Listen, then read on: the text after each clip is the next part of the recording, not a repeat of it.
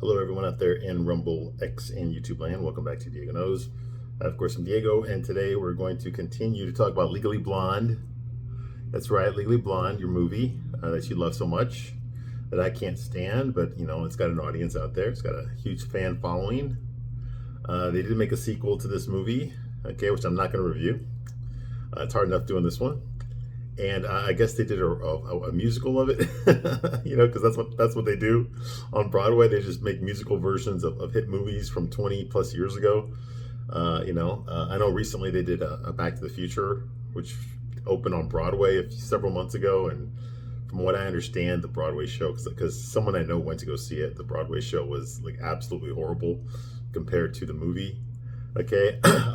But they did it last year. If you remember, they did a musical version of The Color Purple, which was a drama from the 80s.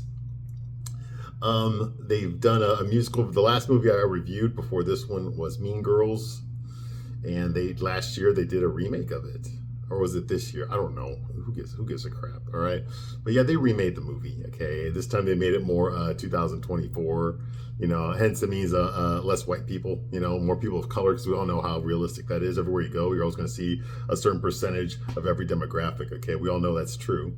Okay. And so they did that. Okay. And this is just another example of it. So I know obviously Legally Blonde was a big career boost for Reese Witherspoon. She already had her finger on the pulse of the Generation X, my generation.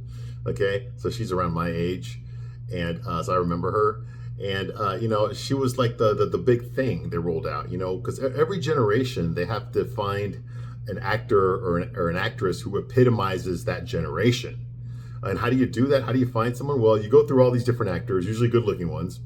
Okay, and when one of the movies that you churn out of your asshole, okay, that comes out of your ass, if one of those movies is a hit, then all of a sudden whoever's in that movie, their career gets boosted. Okay, so that's why you'll see a lot of like actors that you've never heard of before. Then all of a sudden, next boom, they're everywhere, and you're like, who the hell is this person? Like, why am I being inundated with this person? Why is this person in every magazine? Every time I turn on the TV, every time I'm on social media, every time I go to the movies, and when I see a trailer, I'm always seeing this person that I've never heard of before. Who the hell is this person? Well, it's called a PR marketing campaign. Okay, well, Hollywood's always trying to look for the next big thing. Okay, so they try out all this stuff. They waste billions of dollars every year trying to find out what people like. And once they find something that's successful, then they just like the market just saturates you with it. Okay, that's what happened with superhero movies. That's what happened with every genre, westerns. Okay, chick flicks. The golden age of chick flicks, I would say, is probably the '90s and stuff. But that's how it works out. Okay, all of a sudden, one movie becomes a hit, and you look at everyone involved in that movie, and usually it's the star. Okay, and that person automatically gets a 3-picture deal. So next thing you know, you're seeing them again in 3 movies in a row. Okay, one movie's going to come out, then 6 months later, another movie will come out, then, next year, another movie will come out. And then if all those movies suck, then, you're not going to see her again unless she's guest starring in like an ensemble movie, or like she'll show up on a sitcom or something like that. But if any of those 3 movies are a hit, then you're going to see a hell of a lot more of that person. Okay, and wherever the hell it is. Okay, so that's what Hollywood does. Okay, and if you're young out there, okay, let me explain this to you. Okay, those of you my age already know this. Okay, but if you're young out there, this is how it works. Okay, they find someone, anyone.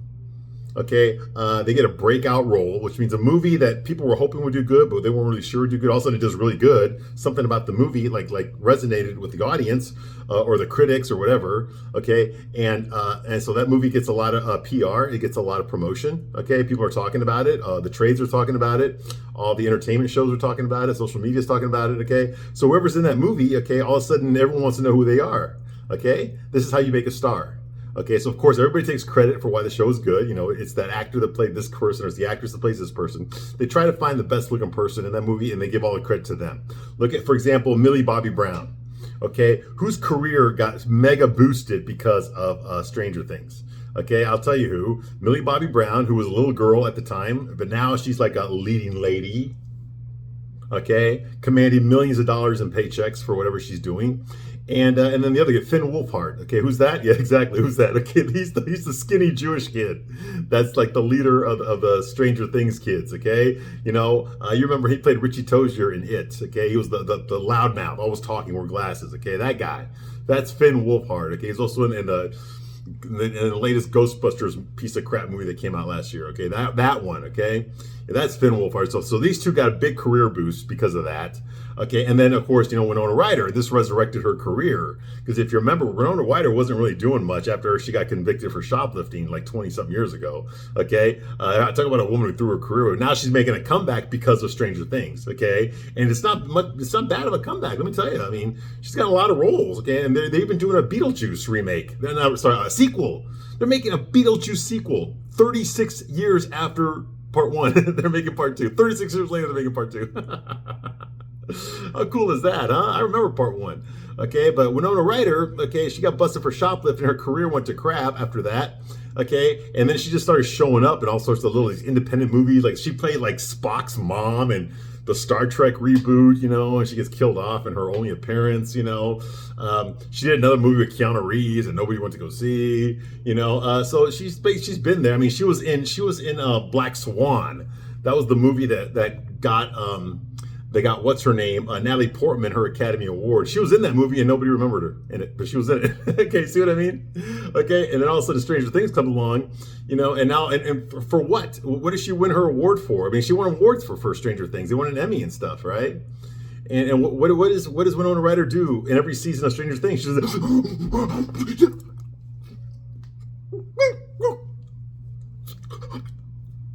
she does that for like 5 seasons, and she wins an Emmy.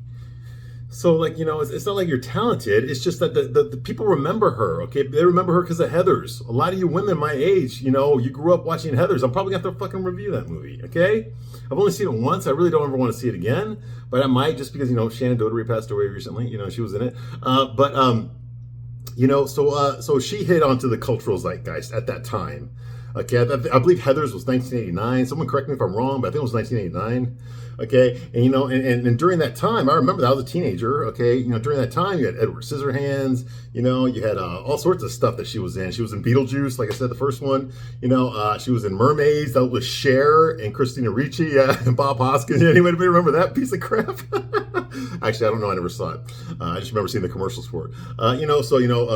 What was it? It's in his kiss, that's where it is. Oh, yeah. It's in his kiss, that's where it is. Yeah, whatever. Oh, God, I'm fucking old. But anyway, okay, so the point I'm getting is that someone catches on to the cultural zeitgeist and they try to promote that person. Okay, and that person becomes the face of the corporation, becomes the face of the genre, becomes the face of, that time period, okay? That zeitgeist time period right there, part of the culture. Okay, for example, John Travolta, okay, in Saturday Night Fever, okay, that wasn't just a poster for a movie. That wasn't just a pose that he did. That poster, that pose, John Travolta's pose in that movie defined the late 70s. Okay, that was the disco era. Okay, it was more than just him in a movie. For a lot of people, when they remember the late 70s, they remember that. Okay, they remember that. And that's what I'm talking about, okay? So every generation finds its own role model, its own icon. So to speak, okay? And there's a whole manufacturing system in Hollywood to manufacture icons, okay? Like, for example, in the 70s, David Cassidy, okay, the lead singer of the Partridge Family, okay? David Cassidy, yeah. Okay, when the Partridge Family came out in competition to the Brady Bunch, okay, he became probably the biggest pop idol in the world in the early 70s, okay? David Cassidy, I mean, the women were all after him. Like, unbelievable. Like, a girl even died at one of his concerts. There was a rush on stage, and a 14-year-old girl was trampled to death at one of his concerts. Okay, that's how much girls wanted him. Okay, David Cassidy, and that guy was unbelievably popular in the early 70s. Okay, so that kind of thing, it latches on. Okay, and that's what you remember. Okay, and that's how these things are work. Well, David Cassidy was manufactured. Okay, he was manufactured. Yeah, I see a talent. But there's plenty of good-looking guys out there that can sing and dance, okay, that did not get the fame that David Cassidy got, okay? A lot of it had to do with the fact that his stepmom was also on the show with him, Shirley Jones. Yeah, that was a stepmom. And also helped that his dad was a famous actor too. His real dad. His real dad was married to Shirley Jones, Jack Cassidy. They didn't get divorced though because she caught him fucking a guy. I'm not making that up. And then he accidentally killed himself because he was smoking a cigarette, and he passed out and fire started and he passed away. That was very, very sad, Jack Cassidy. But that's kind of what happened. Okay. Well, he was manufactured. The Brady Bunch were manufactured. Most of the Brady Bunch kids couldn't even sing. Peter never could sing, never learned to sing. You could never learn to dance either. Okay, it was all manufactured to sell you something that the corporations, the companies think that you want. Most of the time they miss, but when they hit correctly, when they hit the bullseye, people remember it. Okay, it becomes a part of culture. Okay, that's what Hollywood is. It's manufacturing these idols. It's manufacturing these icons every generation, so that every generation can claim their own. I remember 20 years ago, Pink was a big fucking thing. Remember her? Pink, let's get the party started. Yeah, now I think she's just a joke. More women like her than men. Okay, I never thought she was that great. Okay, but women did. And that's the point. And they made a lot of money off of that. Now she's just fucking middle-aged because, everyone ages out.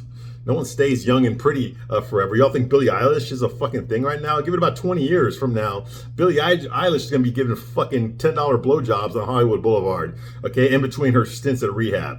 Okay, right next to fucking New Kids on the Block. Okay, so don't tell me fucking Billie Eilish is the greatest fucking thing in the world. She ain't shit. Okay, I've lived through enough fucking Tiffany's, enough Debbie Gibsons.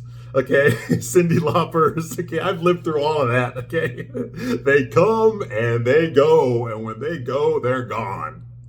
They're gone. Unless they show up on some fucking reality show or something.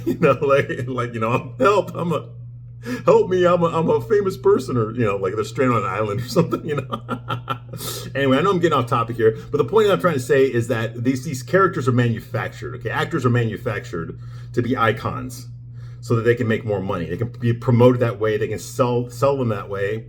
And so that they can, command a higher salary, and the more money they make, they always want to be directors. They always want to end up being producers and stuff. They're not just actors, not just pretty faces. They want to prove they can do more than that, because the ego gets involved and all that kind of stuff. Rarely you're going to find an actor who just wants to act, who's successful and just wants to act and does nothing else. No, the Tom Hanks of the world, okay, the Leo DiCaprios of the world, okay, these guys want to direct, they want to write, they want to produce, they want to do all this other shit because they know damn well they can't act forever, okay? Which is smart business-wise, and this is exactly what Reese Witherspoon do. She parlayed all of her fame and wealth that she got from these stupid ass movies like Legally Blonde, and she started her own production company, okay? And she's very, very wealthy and has nothing to do with her acting anymore. She just acts because she wants to now. So she's a very smart woman, very smart woman. In fact, her recent ex-husband, the one that she got arrested with when he got pulled over for DWI, she talked shit to the cop. Remember that on the cop, the body camera, where she was threatening him. Do you know who I am? Remember when she pulled that card? All right, yeah. Well, they're divorced now, okay. But she invested a lot into his companies, which didn't turn a profit. Okay, so that's probably why they divorced, because she was more successful than he was. Okay, so she's a very smart woman. I'm not taking anything away from that. But she made her fortune. She got her wealth, okay, and her clout in Hollywood. Based on playing an idiot, like she did here, okay? That's what she did here, Legally Blonde. She played a fucking idiot who ends up not being an idiot. That's the twist. Now, all of her sorority sisters back at UCLA, which is a fake school, that she supposedly went to, graduated from. Now, all her sorority sisters are idiots. They are legitimately stupid, blondes, with no common sense. They came and wiped their own ass. But not Elle. Elle just acts that way and talks that way, but she's really actually smarter than everyone else in the goddamn movie. Okay? And if you didn't know that by watching the movie, just count how many times other characters tell her how great she is in the movie. You see what I mean? She's constantly getting characters tell her how wonderful and special and how her pussy doesn't stink. Okay? Throughout the entire movie, she's always getting her pussy eaten, metaphorically and probably literally too. Okay? So yes, okay, Elle is a Mary Sue. Okay, and it's because how she acts like such a girly girl. She's basically playing a drag queen played by a woman. Okay, ultra femininity. Okay, hyper exaggerated femininity, egregious all the way. Okay, everything from the pink pleather pants, the pink Angora sweaters, the pink sunglasses, okay, the toy dog, the pink furry phone that she uses. I mean, the convertible Porsche, everything about her screams rich, LA, Bel Air, prima donna. Okay, so it's hyper all the way, and that's her character. Okay, and they make you fall in love with the character. The only way you can fall in love with a character like Elle is by making everyone else around her stupid. Because otherwise, realistically, straight man's point of view, that's what it says here, right? Realistically, she would be an embarrassment. Like, I would be embarrassed to be out with her in public. Okay, not that she would ever date anyone like me, okay? But let's just say I was a millionaire from a wealthy family and stuff, and I grew up in the Hamptons in New York, whatever, okay?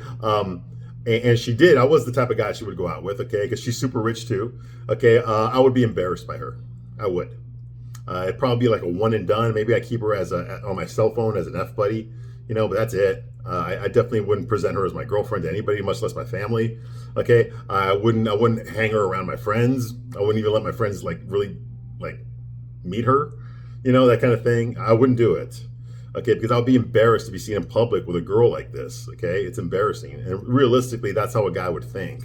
But you're not going to see that in this movie. Instead, you're going to find guys pining over her. Everybody wants to fuck her. Okay, Warner Huntington III, he wants her back.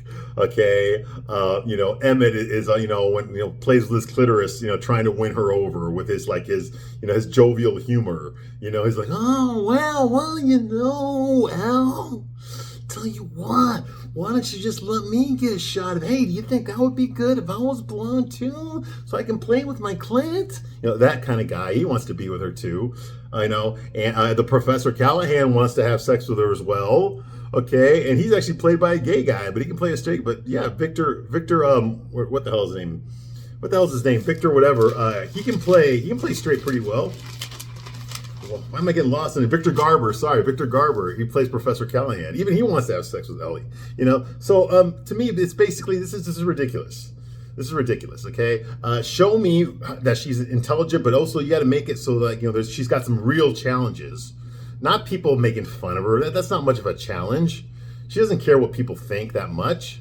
She can always find someone to feel sorry for that she can help out. What I'm talking about is make it difficult for her to be one of the 4 chosen, interns for a professor's law firm. Okay, make it difficult for her to get into Harvard. Don't just give me some bullshit. Fucking, she made a video a video admission.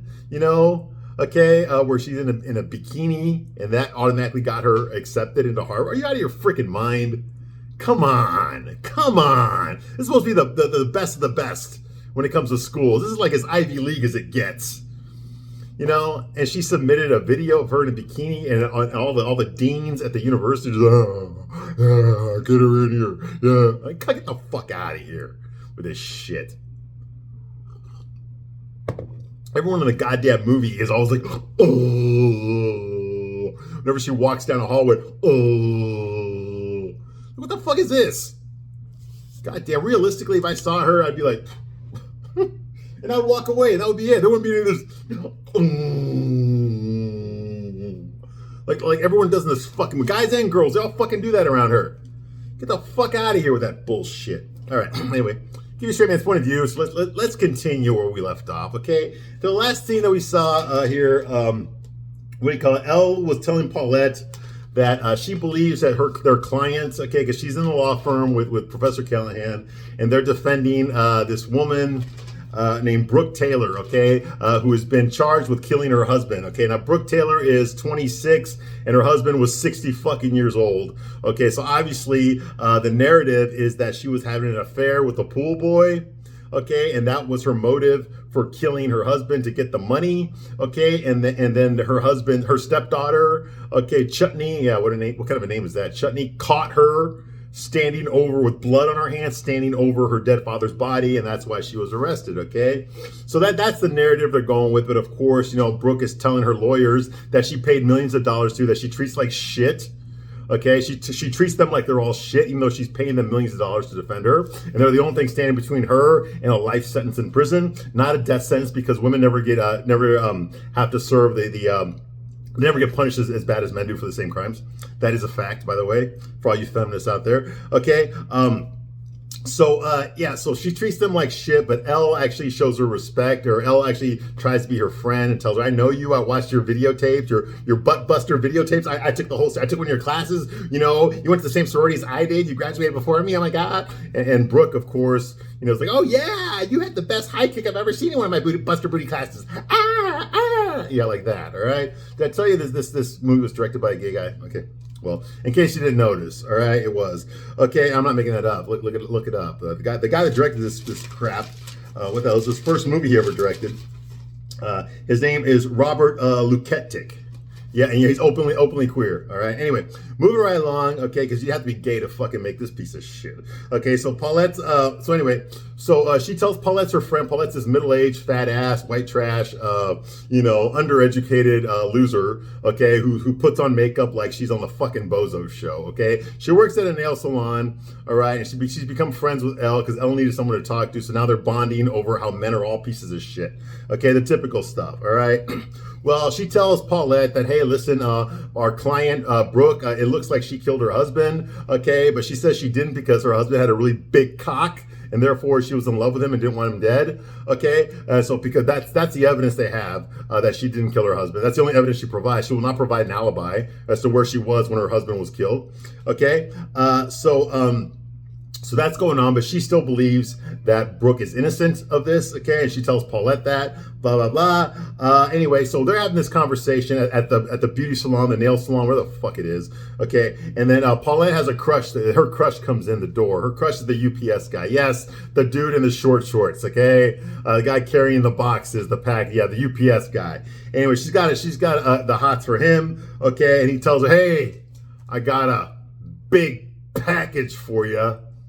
Like that, okay? And of course, this guy is like pretty good looking, but he's probably gay, you know, based on the caliber of the actors that they have in this movie, okay? In real life, I'm pretty sure he had to blow someone's dick to get the role. It's a small role, but you know, it's there, right? Okay, and of course, despite the fact this guy works for UPS, okay, he has a higher sexual market value than Paulette does. Like I said, Paulette is probably 40 years old, I'm guessing, okay? Makeup smeared all over her face. She wears jean jackets that would make Michael J. Fox jealous from Back to the Future, okay? Her nails are too freaking long. She's all stuffing her fat ass with fucking brownies and shit and cupcakes and cinnamon rolls and shit while she's reading her fucking goddamn Cosmopolitan Vogue fucking magazines instead of fucking working, you know, and getting fucking drunk at work. She drinks beer at fucking work, okay? And then she complains how men are all fucking assholes, okay? And this is the type of woman that the UPS guy is sexually attracted to, okay? No, he's not. He's fucking gay.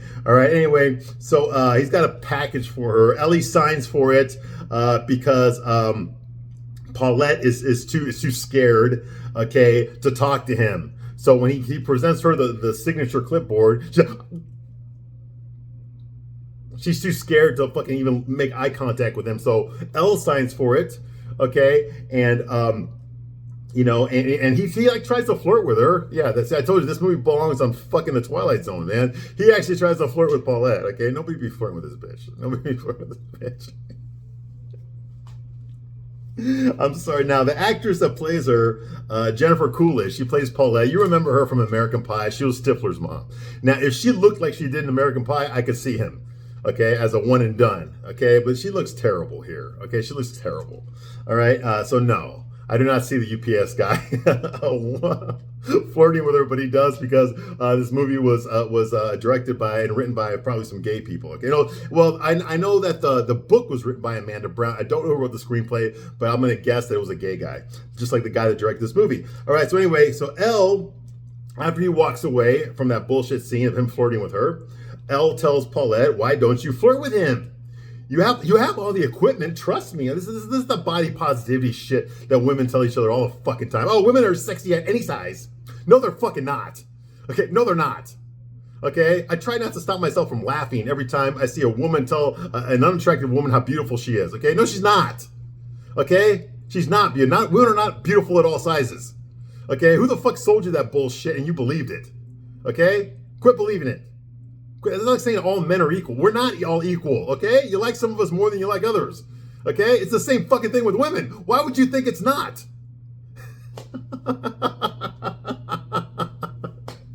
It's not. You know, who is selling you this shit sandwich, and why are you fucking swallowing it and asking for seconds?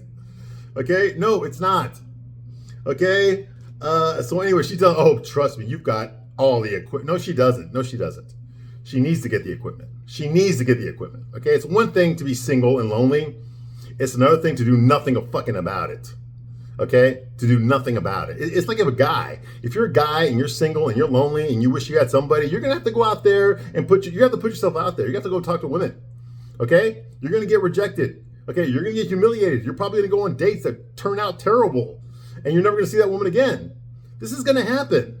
This is what happens to most people, most average people. Okay, which is most of us. Okay, you're gonna get rejected. You're gonna get your feelings hurt. People are not going to like you. Some of them will, but they're not going to want to do anything else with you. Some of them you'll end up not liking. You thought you liked them, then all of a sudden you don't anymore. Okay, this is going to happen. This happens to everybody, okay? But if you don't do that, you're going to stay where you are. If you just sit around all fucking day and jerk off to porn, you're never going to meet anybody. It's the same thing I'll say this to women, okay? This woman is lonely. She has no confidence at all. What the fuck's going to happen if she doesn't do anything? She's going to stay. She's going to die this way with cats.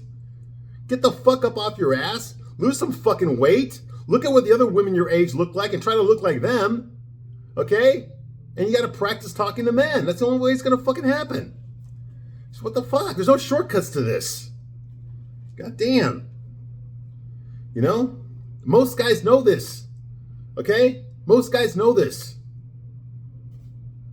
Now some of you women go, yeah, well, I see guys all the time that just look fucking like terrible. Well, you know why they do that? It's not because they don't know this. It's because they don't give a shit. They don't want to do the work. They don't want to do it. That's the truth. It's the same problem with women too. They can't get laid. They don't want to do the work. They don't want to look good. They don't want to watch what they eat. They don't want to wear nice clothes. They don't want to, go to places where guys are. They don't want to talk to guys. Okay, see, that's what I'm talking about. If you don't put in the effort, you're not going to get any results. Okay, so that's going on here. Okay. So of course, Elle gives her the confidence boost. Women are sexy at any size. You've got everything, blah, blah, blah, all the other bullshit that men don't believe. Okay. She's like, you just need to read the manual. No. I just explained why. No, actually, Paulette has very little to offer a man. She has very little to offer a man. Okay. Changing a personality, okay, is what make men attractive. Okay. Not women. Okay, so when Elle says that Paulette needs to read the manual, that's the only thing that's stopping her. Okay, that's bullshit. You can change Paulette's personality all you fucking want. If she doesn't do anything, okay, it's not going to make her more attractive. Okay, it's not going to make her more attractive. Now, an average guy with an incredible personality is going to pull a lot of ass. Happens all the time. We've seen it all the time. Some guy who's he's not like impressive physically or anything like that, but he can get laid. Because he knows how to talk to women. He has self-confidence. He knows how to flirt. He knows how to make women laugh. Okay? He's comfortable to be around. He's got a great smile. He's the life of the party. Okay? It has nothing to do with his looks. A guy like that, women would get turned on with. Okay? Because women don't get as turned on with a man's looks as men do with a woman's looks. That's the difference. Okay? So what I'm saying is that if Paulette had the personality of a fucking stand-up comedian, it's not going to help her get laid. If Paulette looked the exact way she does right now, but was, a multimillionaire, it's not going to help her get laid. Unless she pays for it. You see what I mean? It doesn't matter. These are the metrics that women judge men by. Men do not judge women by those metrics. That's the difference.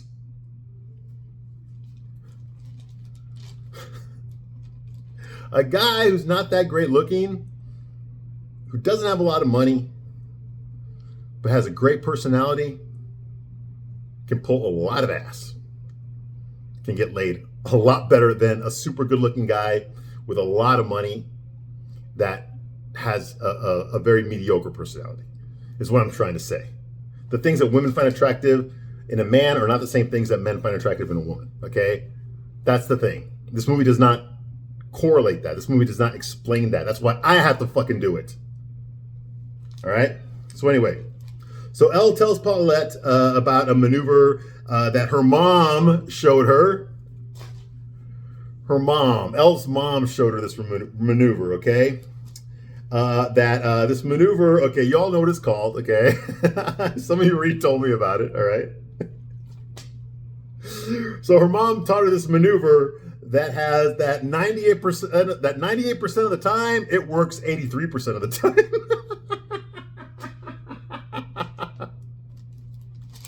Yes, I'm not making that up. 98% of the time, it works 83% of the time. Okay? It's called, are you ready? The bend and snap. The bend and snap. That's what it's called. The bend and snap. And so, of course, Elle demonstrates it, okay? Basically, you pretend to drop something, and then you bend over slowly, and then you snap back up. Okay, and that makes every fucking cock in the room go straight up at 9 degrees. Okay? Because that works.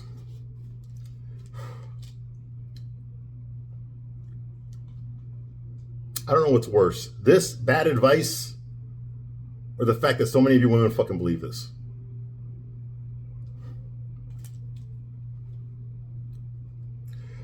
Anyway, so Elle demonstrates it, okay? And not only does Elle demonstrate this maneuver, but every fucking woman in the salon demonstrates this maneuver. And yeah, and they're all happy and excited. All of a sudden we hear some hip hop music with some chicks singing, rapping or whatever the fuck it is. It's hip hop, girl positivity, fucking hip hop shit, I'm a queen, dance floor, that kind of shit, and of course, it works for all the women that are there. Okay, every woman in the salon there's like a dozen of them, at least a dozen of them there. They all try it out. They're all getting into it, boom, boom, boom. It's all choreographed now, like a goddamn fucking Lady Gaga music video. The only difference is, and of course it works, everyone's getting all excited and crazy by bending over and snapping back and doing it, okay? And it's all, and of course it works because every fucking woman in the scene is goddamn ugly.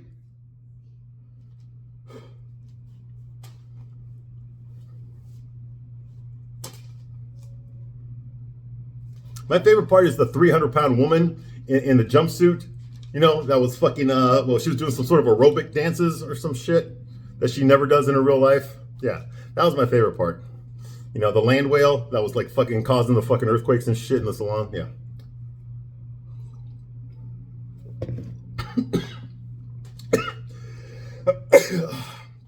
Oh my God.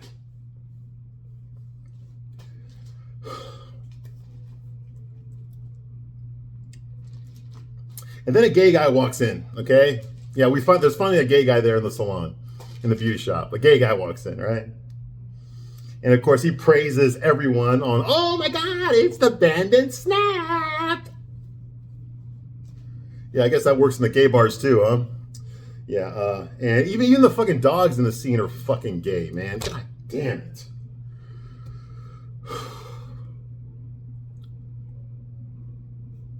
All right, I think that's enough for today. I think that's enough for today, all right? I gotta have sex with my girlfriend tonight, all right? I don't want to talk about this anymore. All right. I do thank you very much for watching this long, and I'll be back soon to continue my review of Legally Blonde. All right? Bye.